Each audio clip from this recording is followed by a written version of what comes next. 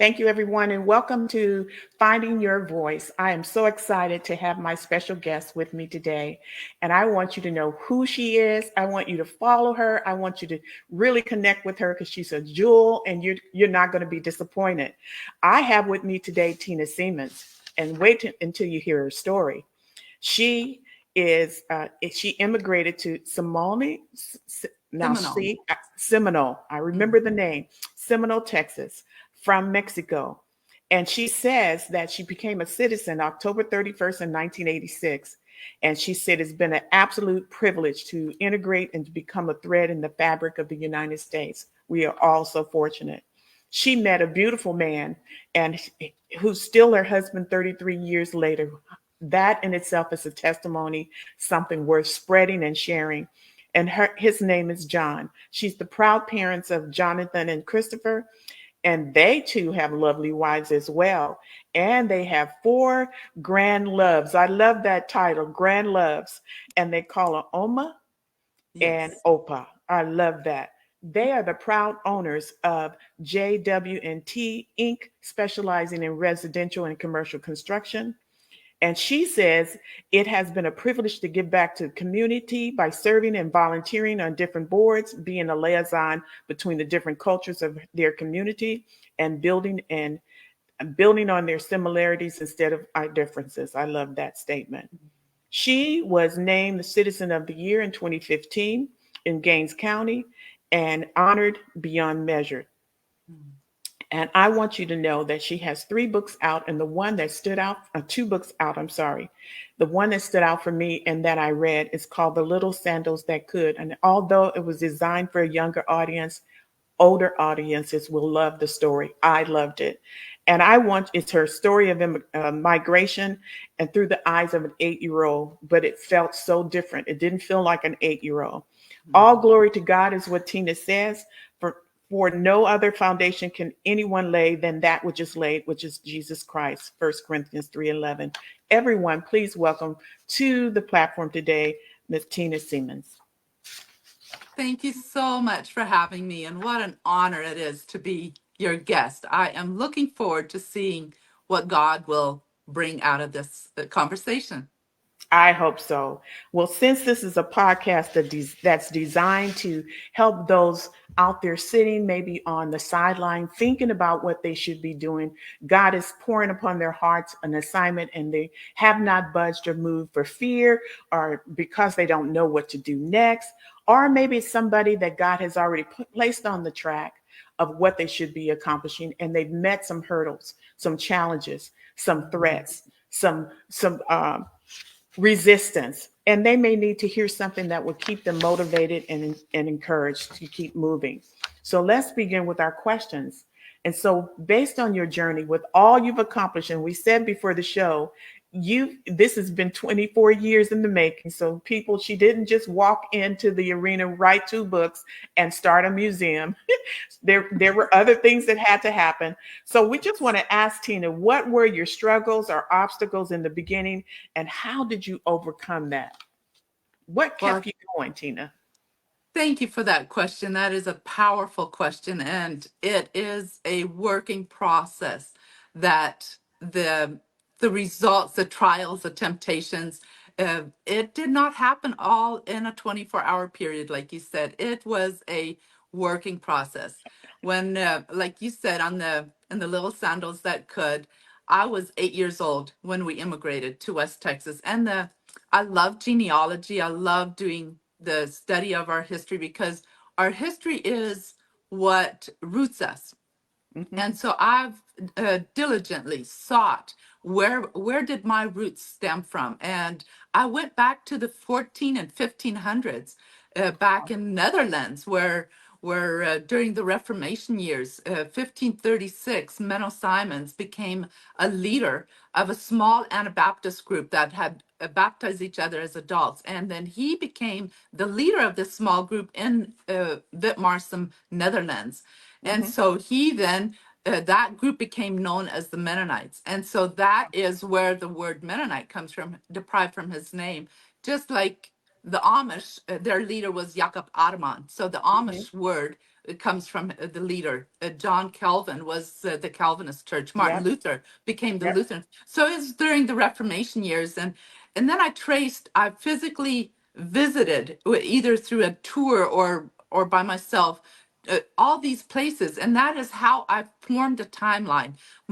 Timelines speak volumes to me. Yes. So if I could find the beginning, of course, God is always, even before I went back to the 1500s, but before that, God had ordained the life of Tina Siemens.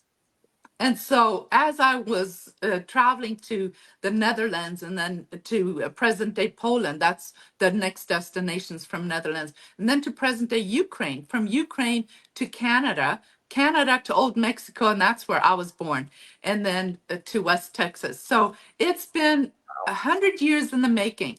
And for me to connect the dots, every time I find a new relative in my genealogy search, or a new story of perseverance, how they did it, gives me the strength and the power to, if they could do it, so can Right. I. And in times of peace, like we are now, that there is no reason for me to be downcast or discouraged, thinking and seeing and reading the stories of my ancestors, how they persevered through such dark times of Yes. persecution and famine and being an immigrant in a brand new place over and over again. So that is one of the things that just gives me strength, that if they could do it, so can I. And knowing those stories is what pushes me forward. That's really beautiful. It's so true to look at the path that those who came before you paved. I understand that very well. Yes. Before we began this episode, I was getting ready to share with you, and we started having technical difficulties, to share with you my journey to discover who my grandfather was on my Mm, father's side. My wow. father and his siblings were so quiet about who he was and where he had originally come from. And Mhm. we discovered that although my father and his siblings were all born in Arkansas, we discovered that his father was originally from Mississippi. And that is where I discovered my great grandfather, Mhm. who ended his life very tragically. He was lynched, and it was a bad situation. So the family, in their effort to hide all of that, Mhm. decided not to talk about it. But for me, although it was a bad experience in terms of how my great grandfather passed away, for me, I felt fortunate to know that he existed. I had a Yes. name. I knew who he was. I knew where he lived. And so Yes. originally my family was from Mississippi and not from Arkansas. So I love your story. I really do. And that's why I resonated with reading your story about the little sandals. I love the Yes. title, The Little Sandals That Could, because it's Yes. so true. And I Mhm. think I spent about 10 years just going through family history, just really connecting all the dots, because Mhm. nobody really wanted to do it. And I Exactly. wanted to know. Exactly. So I appreciate the fact that you press forward with what you feel that you were given to do. And I love it. And it will inspire other people to do the same. So my next question for you is, because you didn't walk into all of this very easily, Mhm. what can you suggest to others who are unsure of their path? Because at some point you didn't know this was going to be for you, but how did you discover it? And how can you assure others that they will know their path? I think again, it's such a powerful question. And when we look at our interests, Mhm. each human being has something that they gravitate to, whether it is a genealogy, whether it's Yeah. manufacturing or making something. Every one of us has a yearning to do a certain thing. And that particular thing, for me, it's genealogy and family history. And so everyone has that. So if a certain thing comes across your pathway over and over again, then stop to think, why is this passing my pathway again? And Yeah. then start really putting that to the test of, why is Mhm. this particular interest? Why is that built inside of me? So that becomes your why. Yeah. And once you know your why, then it is so easy to build on that. I should not say easy, but then you have a pathway forward. Yeah. Now you can start building on that. So your why is your foundation. Me and my husband are in construction, so a foundation is so critical Yeah. on anything that we do in life, is to make sure that we have a solid foundation. Then whatever we build on it is all extra, and it will be something that we can hand down to the next generation. And so for me, again, back to my story, it was connecting the dots of where did my roots start. Right. Uh, Language has always been like, English is not my first language. It was Low German, and then I read in High German. So Right. trying to learn a third language by the time I was 8 years old was a challenge in itself. But you know what? The drive for me to know this was a brand new world that was just exposed to me, and all these new things that I could explore and learn in a new country just gave me a sense of, now I see what my ancestors did. They moved time and time again, and Mhm. went through difficult things.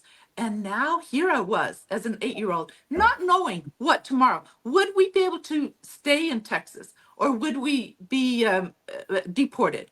Uh, I think my family got 4 deportations. Oh, By that time, we had a date set before us to be back across the border in old Mexico. And people in today's world, where immigration is such a huge yeah. topic in our everyday news, they will understand what the implication was for my family to hear Yeah. that you've got to be out of this country by a certain date. But you know what? By God's provision, he wanted this day, me talking to you, Dr. Belma, Yeah. is to have this opportunity to give God the glory. He Yeah. not only every single time extended that deportation, and we got another extension of that. Sometimes it was up to 2 years at a time.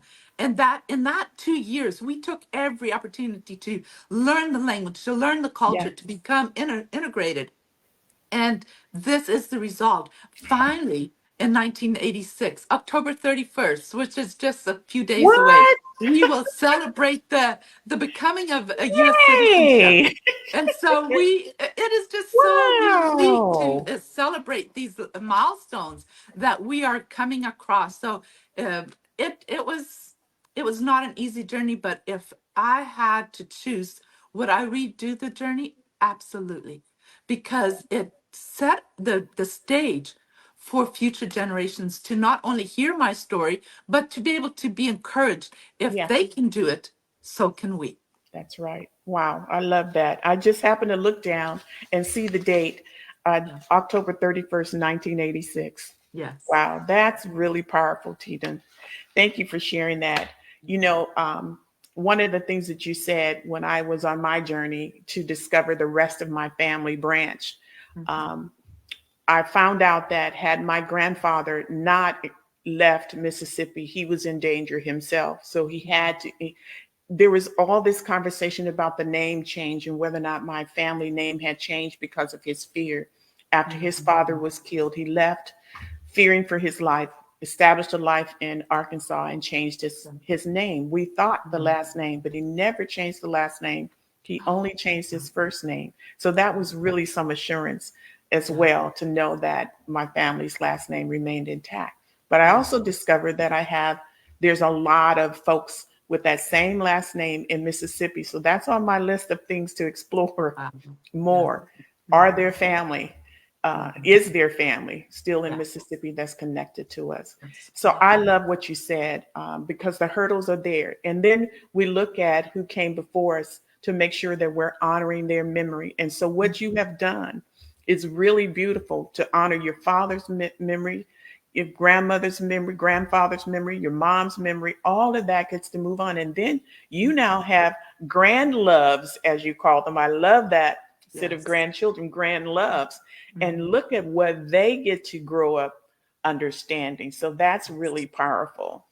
I Mhm. want to ask you another question, and this has to do with what I call a wise counsel.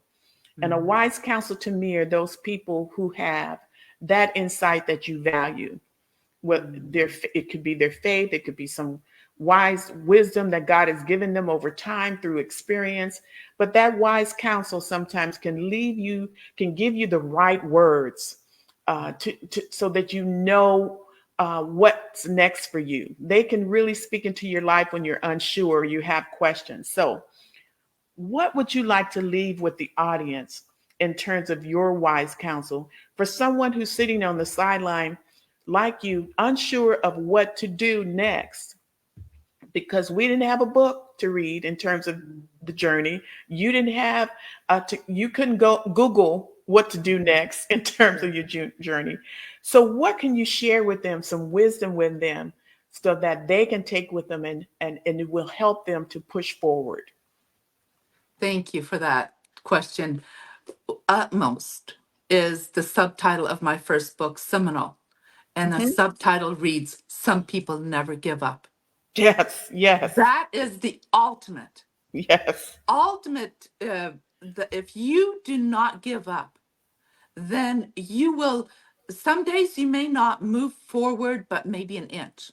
But being in the forward motion at every single day that you live will eventually get you to gain more ground.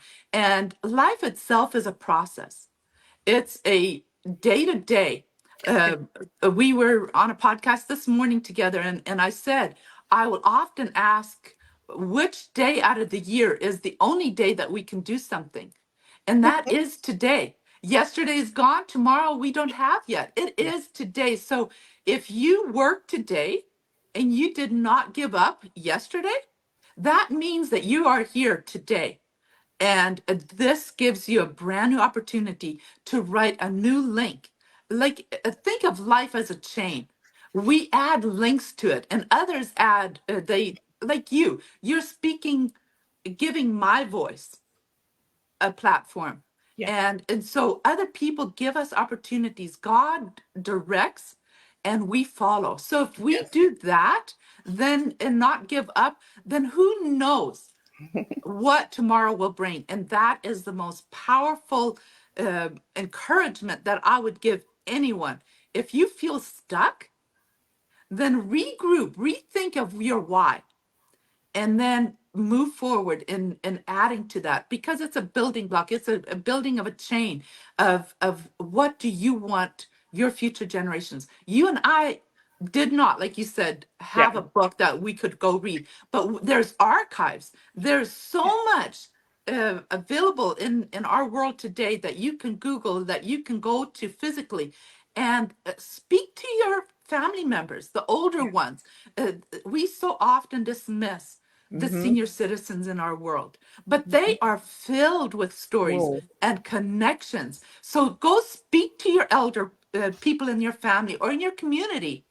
They may have a story of your great grandpa or your great grandma, Yeah. and then that is what will connect you. I have a powerful testimony right in this uh, time frame. Is I just finished writing my next manuscript, and I realized in this moment that, you know what, unbeknownst to me, both of my marital and my parental grandmas, they had a uh, pathway for me to discover the connection that you will read about in my next book.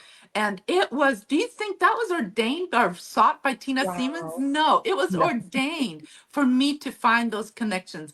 And when you do, that is then your obligation, my obligation, to give that to the next generations. When God brought the children of Israel out of Egypt, he said, when you walk by the wayside, when you lay down, talk to the next generation, talk to your children Yeah. about how I brought you out. So that was history. That Yeah. was history that he commanded the children of Israel to give to the next generation. And that is our obligation today. Us finding our own roots and then handing that over to the next generation, because they will then carry our story forward. Wow. That is a beautiful, beautiful response, because when I was younger, I hung around the elder people in the family, because I felt like I can learn from them. Yes. I didn't hang around the ones my age because I didn't feel like the folks my age can teach me anything. But you're absolutely, and that's one of the reasons I use that reference a lot, even in my writing, wise counsel, because I Yes. benefited from those who were elders, who were the elders in my life. And many families don't have them anymore. Mm. But if you do, you should cherish them and hold on to them because they really can speak volumes into your life. Miss Tina, all I can say is the enemy tried to keep this from happening today, That's but right. we pulled it off anyway with God's help. We Amen. had this conversation and it was phenomenal. And I just want to thank you for coming on the show today. I really appreciate you. And so, can you tell everyone how they can stay in touch with you or at least connect with you and especially find out more about your projects? Thank you so much for having me on. What a true honor it is. I will cherish hearing the replay. But yes, people, I'd love to stay connected with you. You can go on all social media platforms as Tina Siemens, Mhm. and you can contact me, seminalthebook.com. And there you will see both the books and the stories as well. Yay! Thank you so much. Again, I appreciate having you and to everyone who's listening in and will be enjoying what you heard. Feel free to follow through and follow up with Tina. Make sure you connect with her. And I thank you all for listening. Have a great day.